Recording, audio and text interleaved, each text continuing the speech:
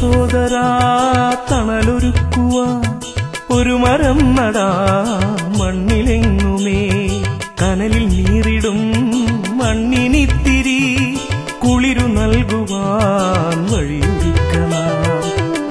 സോദരാ തണലൊരുക്കുവാൻ ഒരു മരം നടാ മണ്ണിലെങ്ങുമേ കനലിൽ നീറിടും മണ്ണിനിത്തിരി കുളിരു നൽകുവാൻ വഴിയൊരുക്കണം.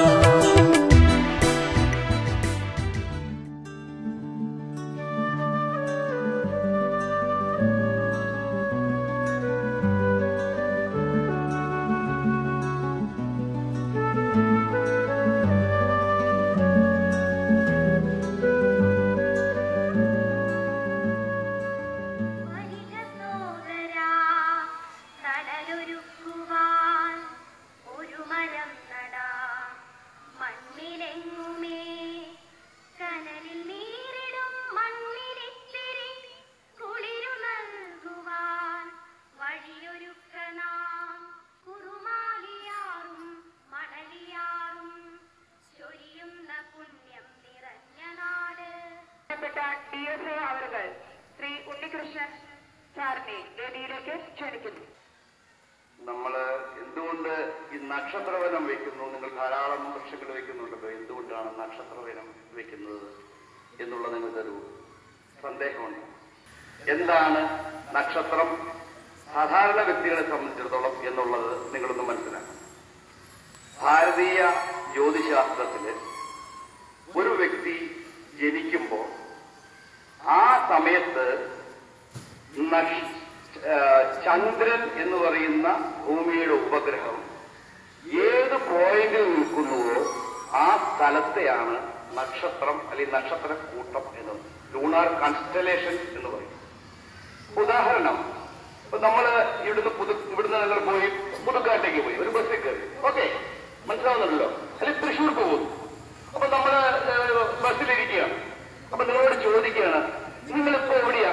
ഞാൻ പുതുക്കാട്. ഫോണിൽ വിളിച്ച് പറയാം പുതുക്കാട്. കുറച്ചുകൂടെ കഴിഞ്ഞ് തൃശ്ശൂർ പോകുമ്പോ വേറൊരു സ്ഥലം പറയും അല്ലേ? അത് കഴിയുമ്പോ തൃശ്ശൂർ ബസ് സ്റ്റാൻഡിൽ, മനസ്സിലായോ?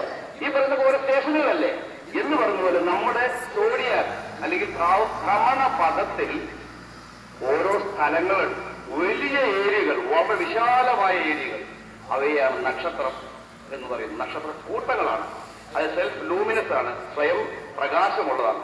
അപ്പൊ ഒരു വ്യക്തി ജനിക്കുന്ന സമയത്ത് അത് ഇവിടെയാണെങ്കിലും അമേരിക്കയിലാണെങ്കിലും ഗൾഫിലാണെങ്കിലും എവിടെയാണെങ്കിലും ഒരു വ്യക്തി ജനിക്കുമ്പോൾ ഓരോ ഗ്രഹങ്ങൾക്കും ഒരു പൊസിഷൻ ലഭിക്കുന്നു. അത് 360 ഡിഗ്രി വരുന്ന സോഡിയാക്കിൽ വരുന്ന പൊസിഷനാണ്. അത് 360 ഡിഗ്രി എന്ന് പറയുന്നത് നിങ്ങൾക്ക് മനസ്സിലാവുന്നല്ലോ. വൃത്തത്തിന്റെ ചുറ്റളവ്, വൃത്തത്തിന്റെ മൊത്തം ആംഗിളിന്റെ എണ്ണം 360ആണ്. 13 ഡിഗ്രി 20 മിനിറ്റ് വരുന്ന ഒരു ചെറിയ പീസാണ് ഒരു നക്ഷത്രം, മനസ്സിലായോ? അപ്പൊ ഓരോ ഇങ്ങനെയുള്ള 27 13 ഡിഗ്രി 20 മിനിറ്റ് കൂട്ടുമ്പോൾ 27 ഗുണം 13 ഡിഗ്രി 20 മിനിറ്റ് സമം 360 ഡിഗ്രി. അതാണ് 27 നക്ഷത്രം വരാനുള്ള കാര്യം. നിങ്ങൾക്ക് മനസ്സിലാവുന്നുണ്ടോ?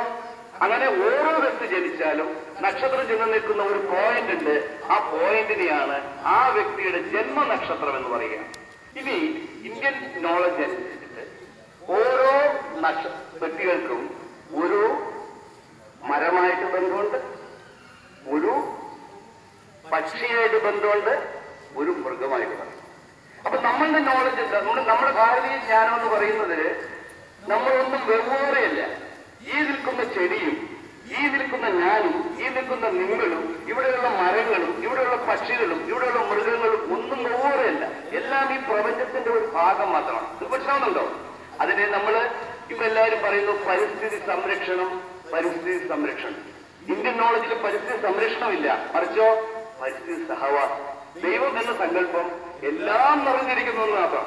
സമുദ്രത്തിൽ വെള്ളം പോലെ അതിൽ ഗ്ലാസ്സിലേക്ക് ഒഴിച്ചാൽ ഗ്ലാസ് എന്ന് പറയും, ഗ്ലാസ്സിലെ വെള്ളം എന്ന് പറയും, അല്ലെങ്കിൽ വലിയൊരു ടാങ്കിലേക്ക് ഒഴിച്ചാൽ ടാങ്ക് വെള്ളം എന്ന് പറയും. പക്ഷെ എല്ലാം വെള്ളം തന്നെയാണ് എന്ന് പറയുന്നത് ഇതല്ല. JC ബോസ് എന്ന് പറയുന്ന ഒരു ശാസ്ത്രജ്ഞനെ പറ്റി നിങ്ങൾ കേട്ടിട്ടുണ്ടോ? JC ബോസ്, ജഗദീഷ് ചന്ദ്ര ബോസ്, അങ്ങനെ ഒരു ശാസ്ത്രജ്ഞൻ ഉണ്ടായിരുന്നു. അദ്ദേഹം ആണ് തെളിയിച്ചത് ഈ പറയുന്ന ചെടികൾക്ക് എന്തുണ്ടെന്ന് ജീവനുണ്ട്. അപ്പോൾ അവർക്കും ജീവനുണ്ട്, നമുക്ക് ജീവനുണ്ട്. അപ്പൊ എല്ലാം ജീവൻ തന്നെയാണ്. പഞ്ചഭൂതങ്ങളാൽ നിർമ്മിതമാണ് നമ്മൾ വ്യക്തികളും ചെടികളും മൃഗങ്ങളുമെല്ലാം. അതുകൊണ്ട് നമ്മളും അവരും തമ്മിൽ ബന്ധമുണ്ട്. അപ്പൊ നിങ്ങളുടെ വീട്ടിൽ നിൽക്കുന്ന ഒരു റോസാപ്പൂവിന് നിങ്ങളൊരു ബന്ധം വരാം അല്ലേ? നിങ്ങളുടെ വീട്ടിലുള്ള ഒരു പൂച്ചക്കുട്ടിക്ക് നിങ്ങളൊരു സ്നേഹം വരാം. അപ്പൊ അതാണ് എല്ലാം ഒന്നാണെന്നുള്ള സങ്കല്പത്തിലാണ് നമ്മൾ വരുന്നത്. അതുകൊണ്ട് ഒരു കുട്ടിക്ക് ഒരു നക്ഷത്രത്തിന് എന്തുണ്ട്? ഒരു വൃക്ഷമുണ്ട്, മനസ്സിലായോ? ഒരു മരമുണ്ട്. അങ്ങനെ വരുമ്പോൾ എത്ര മരം വേണ്ടി വരും? എത്ര മരം ഉണ്ടാവും? മൊത്തം എത്ര മരം ഉണ്ടാവും? 27 നക്ഷത്രമുണ്ട്, 27 മരം. അങ്ങനെ 27 മരങ്ങൾ, അങ്ങനെയുള്ള 27 മരങ്ങൾ ഒരു സ്ഥലത്ത് നമുക്ക് വെച്ച് പിടിപ്പിക്കാമെങ്കിൽ നമ്മൾ അതിന് പറയുന്ന പേരാണ് എന്ത്? നക്ഷത്ര വനം. ശരിയായ സുഖകരമായ ജീവിതത്തില് ഈ ശുദ്ധജലവും ശുദ്ധവായുവും അതെല്ലാം ഉറപ്പാക്കാൻ ഈ നക്ഷത്രവനത്തിന് തീർച്ചയായും പറ്റും. കാരണം എന്താണ്? ഇപ്പൊ അശ്വതി എന്ന് പറയുന്ന നക്ഷത്രത്തിൽ നമ്മൾ വയ്ക്കുന്നത് കാഞ്ഞിരം എന്ന് പറയുന്ന മരം. ഞാൻ ചോദിക്കട്ടെ, നിങ്ങൾ ആരെങ്കിലും കേട്ടിട്ടുണ്ടോ നിങ്ങളുടെ വീട്ടിൽ ഒരു കാഞ്ഞിരം വെക്കുന്നതിനെ പറ്റി? ആരെങ്കിലും കാഞ്ഞിരം വെക്കുമോ? ഇല്ല. പക്ഷെ കാഞ്ഞിരത്തിന്റെ പ്രത്യേകത എന്താണ്? ഈ മണ്ണിലുള്ള ഏറ്റവും വിഷമായ വസ്തുക്കൾ, ഏറ്റവും ടോക്സിക് ആയ സാധനങ്ങൾ വലിച്ചെടുക്കാൻ കഴിയുന്ന ഏക വൃക്ഷമാണ് കാഞ്ഞിരം. അതിന് സ്ട്രിക്ട്നെസ് നക്സ്വമിക്ക എന്നാണ് ഇംഗ്ലീഷിൽ പറയുന്ന ശാസ്ത്രനാമം. ഈ നക്സ്വമിക്കയാണ് ഹോമിയോപ്പതിയിലെ മെരുന്ന്. അതുപോലെ വേറെ ഓരോ കാര്യങ്ങൾ പറഞ്ഞു കഴിഞ്ഞാൽ ഓരോ വൃക്ഷങ്ങളും എന്തുകൊണ്ട് വയ്ക്കുന്നു എന്നുള്ളൊരു പറ്റും. ഒരു ജ്യോതിഷത്തിൽ ഒരു വളരെ പ്രശസ്തമായ ഒരു ശ്ലോകമുണ്ട്. ചിത്രാദ്യ അതിദേവരാൻ ശതഭിഷക് മൂലാകൃതി പുഷ്യോത്ഭവ വന്ധ്യ വാ വിധവ അഥവാ തെക്ത പ്രിയണയോ.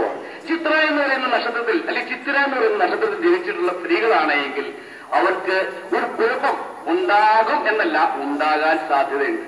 ആ കുഴപ്പം എന്ന് പറയുന്നത് ഇമ്പോർട്ടൻസിയാണ്. കുട്ടികൾ ഉണ്ടാകാനുള്ള ബുദ്ധിമുട്ടാകും, അല്ലെങ്കിൽ കുട്ടികൾ ഉണ്ടായി കഴിഞ്ഞു കഴിഞ്ഞാൽ അതിന്റെ രോഗാവസ്ഥയിലുള്ളത്. അപ്പൊ ചിത്ര എന്ന് പറയുന്ന നക്ഷത്രത്തിനൊരു ഒരു പ്രശ്നമുണ്ട്. ആ നക്ഷത്രത്തിന് പറഞ്ഞിരിക്കുന്ന വൃക്ഷം കൂവളമാണ്. എന്താണ്? കൂവളം. ഈ കൂവളം ആണ് ഏറ്റവും ഈ പറയുന്ന അസുഖത്തിന് ഏറ്റവും വളരെ നല്ല ഫലപ്രദമായ മരുന്ന്. അപ്പൊ കൂവളം എന്ന് പറയുന്ന നക്ഷത്രം ചിത്രക്കാരോട് വയ്ക്കാൻ പറയുമ്പോൾ അതുകൊണ്ടുണ്ടാകുന്ന ഗുണം ആർക്കാണ്? ആ വെക്കുന്ന ആൾക്കാണ്. ആ കൂവളത്തിന്റെ ഇലകൾ പറിച്ച് തിന്നുമ്പോൾ തന്നെ അവർ വളരെയധികം ശാരീരികമായ ഗുണങ്ങളുണ്ട്. അതുപോലെ ചോതി എന്ന് പറയുന്ന ഒരു വൃക്ഷത്തെ പറ്റി പറയുന്നത് മെഡിക്കൽ അസ്ട്രോളജിയിൽ പറയുന്നു. ചോതി എന്ന് പറയുന്ന നക്ഷത്രക്കാരെ സംബന്ധിച്ചിടത്തോളം ഒരു രോഗമുണ്ടാകാൻ സാധ്യതയുണ്ട്. ആ രോഗം വേറൊന്നുമല്ല, എന്താണ്? ഹൃദ്രോഗമാണ്, ഹൃദയ സംബന്ധമായ രോഗമാണ്. അപ്പൊ ഈ ചോതി നക്ഷത്രക്കാരോട് വയ്ക്കാൻ പറഞ്ഞിരിക്കുന്ന മരം എന്താണ്? നീർമരുതാണ്. എന്താണ്? നീർമരുന്ന്. നീർമരുന്നിന് സംസ്കൃതത്തിൽ പറയുന്ന പേരാണ് അർജുന. എന്താണ്? അർജുന. അർജുനൻ ഈ മരത്തിന്റെ ചുവട്ടിലിരുന്നാണ് ശിവന് തപസ് ചെയ്തെന്നാണ് സങ്കല്പം. ഈ ആയുർവേദത്തിലെ ഹൃദ്രോഗത്തിനുള്ള ഏറ്റവും വലിയ മരുന്നാണ് അർജുനാരിഷ്ടം. എന്താണ്? അർജുനാരിഷ്ടം. അത് നീർമരുന്നിന്റെ തുലിയാണ്. ഒരു ഹാർട്ട് പേഷ്യന്റ് ആയ ആളെ, ഹൈ BP ഉള്ള ഒരാള് നീർമരുന്നിന്റെ തൊലി ചെത്തിയെടുത്തിട്ട് അത് വെള്ളം താപിച്ച് കഴിച്ചു കഴിഞ്ഞാല് അയാൾക്ക് ഹൃദയ സംബന്ധമായ വളരെ സുഖം കിട്ടുന്നു. ബ്ലഡിന്റെ ഡെൻസിറ്റി, ബ്ലഡിന്റെ സാന്ദ്രത, കനം കുറയുന്നു. ബ്ലഡ് പമ്പിങ് ഈസിയാവും. ഇപ്പൊ നിങ്ങൾ വെക്കുന്ന മരം, ചോദിക്ക് വെക്കുന്ന മരം നീർമരുന്ന് എന്തായിട്ട് മാറുന്നു? നിങ്ങൾക്ക് ആ മനുഷ്യനെ സംബന്ധിച്ചും എന്തായിട്ട് മരുന്നായി മാറുന്നു. മനസ്സിലാകുന്നുണ്ടോ? അതുപോലെ ഈ വയ്ക്കുന്ന മുഖ്യ വൃക്ഷങ്ങളും ഫലവൃക്ഷങ്ങളാണ്. പേരാലെന്ന് പറയുന്ന ഒരു മരമുണ്ട്. ഈ പേരാലെന്ന് പറയുന്ന മരത്തിന്റെ അടുത്ത് നിങ്ങൾ ഈ മരം എല്ലാം വെച്ചിട്ട് നിങ്ങളൊരു ചെറിയ കുളം, ആ പേരാലോട് ചേർന്നൊരു ചെറിയ കുളം JCBക്ക് താത്തി നോക്കിക്കോളൂ, അവിടെ വെള്ളം പറ്റില്ല. അത് പേരാലിന് ഏറ്റവും അധികം വെള്ളം ശേഖരിച്ച് വെച്ചിട്ട് വേനൽക്കാലത്ത് വെള്ളം പമ്പ് ചെയ്യുന്നതിനുള്ള ശേഷിയുണ്ട്. അപ്പൊ നിങ്ങളുടെ കുളങ്ങൾ എപ്പോഴും നമുക്ക് ശുദ്ധജലക്ഷാമത്തിന്റെ പ്രശ്നം വരാൻ പോകുന്ന കാലഘട്ടത്തിൽ ഈ നക്ഷത്രവനം ഒരു കാവിന്റെ ഫലം ചെയ്യും. സാധാരണ വീടിന്റെ തെക്ക് പടിഞ്ഞാറ് മൂലയിലായിരിക്കും കാവുണ്ടാവുക, വടക്ക് കിഴക്കേ മൂലയിലേക്കായിരിക്കും വാസ്തു പ്രകാരം ഈശാന കോണില് കിണറുണ്ടാവും. അപ്പൊ തെക്ക് പടിഞ്ഞാറേ മൂലയിൽ നിൽക്കുന്ന കാവിനോട് ചേർന്നുള്ള കുളത്തിൽ എപ്പോഴും എന്തുണ്ടാവും? വെള്ളം ഉണ്ടാവും. ആ വെള്ളം 1, 2, 3, 4 എന്ന് തേകി പാടത്തൊഴിച്ചിട്ടാണ് നമ്മുടെ പൂർവ്വ പിതാക്കന്മാർ നമുക്ക് ആഹാരം ഉണ്ടാക്കിയത്. മനസ്സിലാകുന്നുണ്ടോ? അപ്പൊ യഥാർത്ഥത്തിൽ ഇത് ഇറിഗേഷൻ ആയിരുന്നു. ഇത് ശുദ്ധമായ ഇറിഗേഷൻ സമ്പ്രദായമായിരുന്നു കാവ്. എന്തിന്? എപ്പോഴും വെള്ളമുണ്ടാവും. അപ്പൊ അതാണ് നിങ്ങൾ ഇവിടെ ഒരു നക്ഷത്രവനം വെച്ചു കൊടുക്കുമ്പോൾ നിങ്ങൾക്ക് 3 കാര്യങ്ങൾ ഉറപ്പാകും. എന്താണ്? പിന്നെ ശുദ്ധജലം, ശുദ്ധവായു, മരുന്ന്, ഭക്ഷണം. വരിക സോദരാ തണലൊരുക്കുവാൻ ഒരു മരം നടാ മണ്ണിലെങ്ങുമേ കനലിൽ നീറിടും